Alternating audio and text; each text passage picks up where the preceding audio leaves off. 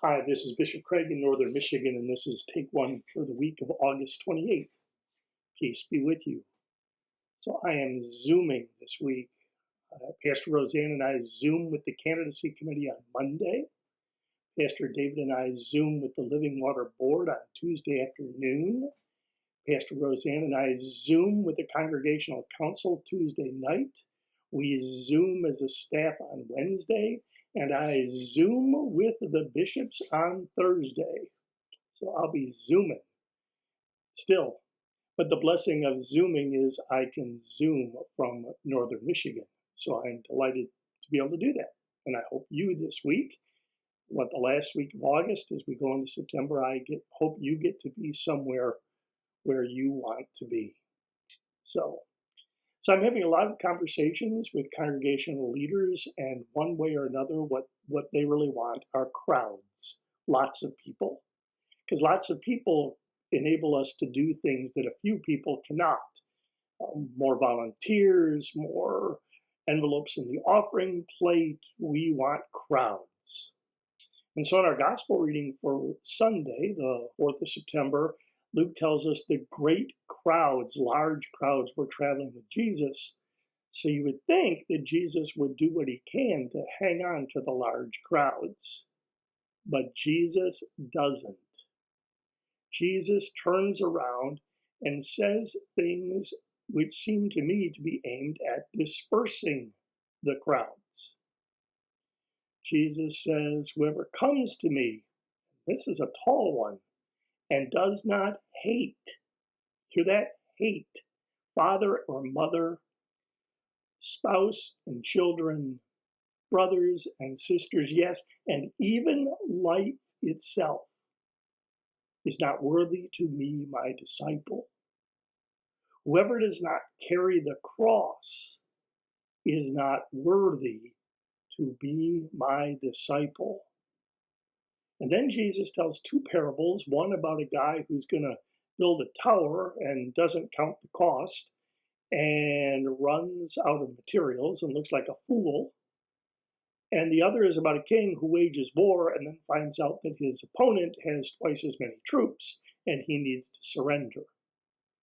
So what Jesus is saying is, before you get into all of this following Jesus, count the cost. And he's warning us that the cost is high.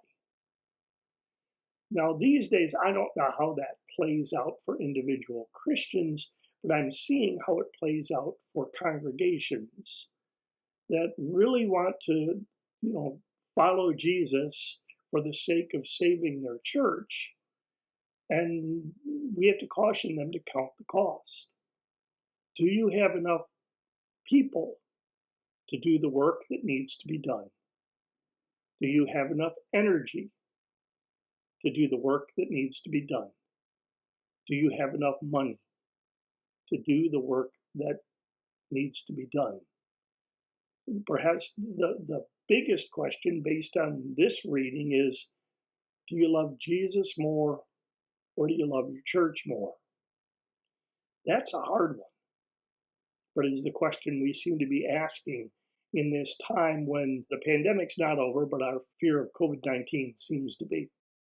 So what is the good news in this reading in which Jesus tells us to count the cost? Oh, I love it at the end after telling us, unless you hate father and mother, spouse and children, brothers and sisters, and then telling the parables, Jesus adds at the end about possessions too. So you got nothing, right?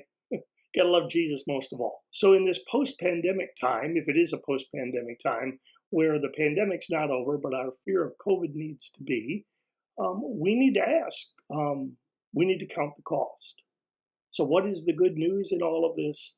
I think it's that none of us are worthy to be Jesus' disciples, but Jesus makes us his disciples anyway.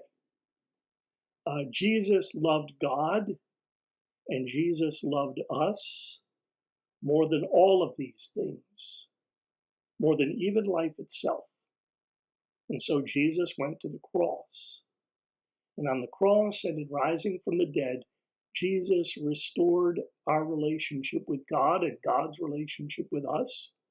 And we see both in Matthew and in John, Jesus makes unworthy disciples, his apostles, and sends them with the good news. So we are not worthy to be Jesus' disciples, but we are gifted and we are privileged to be Jesus' disciples. And Jesus will be with us even when we count the cost and we find it to be too much to bear. Jesus will be with us, and Jesus will bring us to new life, even though it won't be life that we expect, or life as it was, or maybe even life as we wanted, but Jesus will bring us to new life, because Jesus loves us and loves God more than even life itself. I'm Bishop Craig, and this is Take One. And as I say, I wish you get to be where you want to be in this week of August into September. And I invite you to count the cost and know that Jesus is with you. And if you're a congregational leader and my assistants and I can be of help, please reach out to us and let us know. The peace of Christ be with you always. Take care.